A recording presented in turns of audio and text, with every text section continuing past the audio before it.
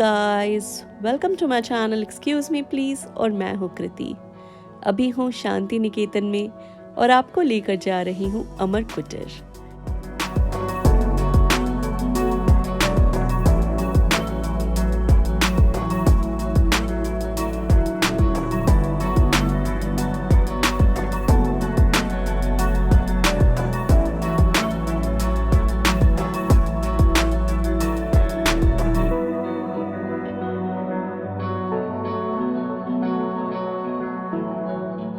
अमर कुटीर तक पहुंचने के लिए हमें मेन रास्ते से कटकर सामने जो लाल मिट्टी वाला रास्ता है, पूरे साल के पेड़ों के बीच से होते हुए अमर कुटीर तक हम पहुंचेंगे। रास्ते में आएगा हमारा जो वेस्ट बंगाल टूरिज्म का गेस्ट हाउस है वो भी। तो अगर आप वेस्ट बंगाल टूरिज्म के गेस्ट हाउस में रुकना चाहते हैं तो वो भी एक बहुत ही अच्छा ऑप्शन है शांति निकेतन में रहने के लिए।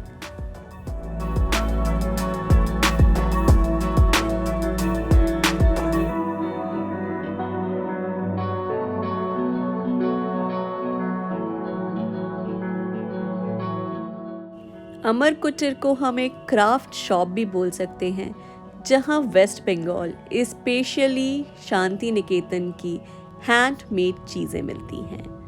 पर अगर मैं अमर कुटीर के इतिहास की बात करूं, तो अमर कुटीर की स्थापना उन राजनीतिक कैदियों के लिए शरण स्थल के रूप में की गई थी, जिन्हें बाद में जेल से रिहा कर दिया गया था। सुसेन मुखोपाध्याय एक युवा क्रांतिकारी स्वतंत्रता सेनानी श्री निकेतन में चल रही टैगोर की नई शुरू की गई ग्रामीण पुनर्निर्माण योजना से प्रेरित थे।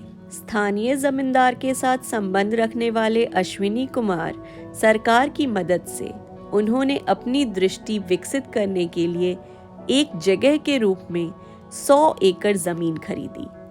वह महात्मा गांधी से भी प्रभावित थे और उन्होंने इन दिनों दिग्गज शख्सियतों के विचारों को एक कम्यून बनाने के लिए जोड़ा, जिसने ब्लॉक प्रिंटिंग, हथकरघा बुनाई और चमड़े के काम जैसी गतिविधियों को आगे बढ़ाया। धीरे धीरे अमर कुटीर स्वतंत्रता और समानता की मांग करने वाले किसान आंदोलन के आयोजन के लिए एक जीवंत मिलन स्थल बन गया। 1938 तक जैसे ही गति आई, ब्रिटिश सरकार ने अमर कुटीर को एक अवैध संगठन घोषित कर दिया, क्योंकि इसके समाजवादी आदर्शों ने मौजूदा व्यवस्था और सत्ता को खतरे में डाल दिया था।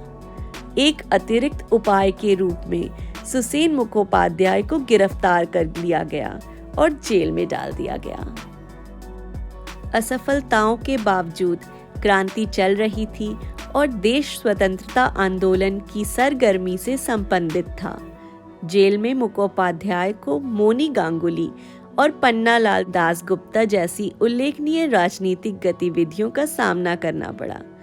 रिहा होने के बाद दोनों अमर कुटीर में स्थानांतरित हो गए, जैसे कि कई अन्य साथियों ने किया, जिसके कारण रूपपुर समय सदन नामक एक रात्रि विद्यालय का गठन हुआ।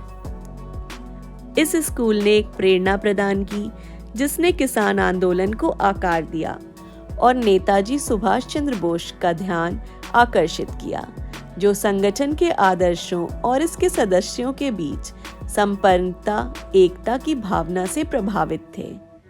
29 अगस्त 1942 को अमर कुटीर की गतिविधियों में धनुष और तीर से लैस प्रदर्शनकारियों के एक बड़े समूह ने रेलवे स्टेशन और अन्य सरकारी कार्यालयों पर धावा बोल दिया। सेना ने प्रदर्शनकारियों को तितर बितर करने का प्रयास किया और इस प्रक्रिया में 2 लोगों की गोली मारकर हत्या कर दी गई। इस घटना ने भारतीय स्वतंत्रता आंदोलन के लिए एक उत्प्रेरक के रूप में कार्य किया।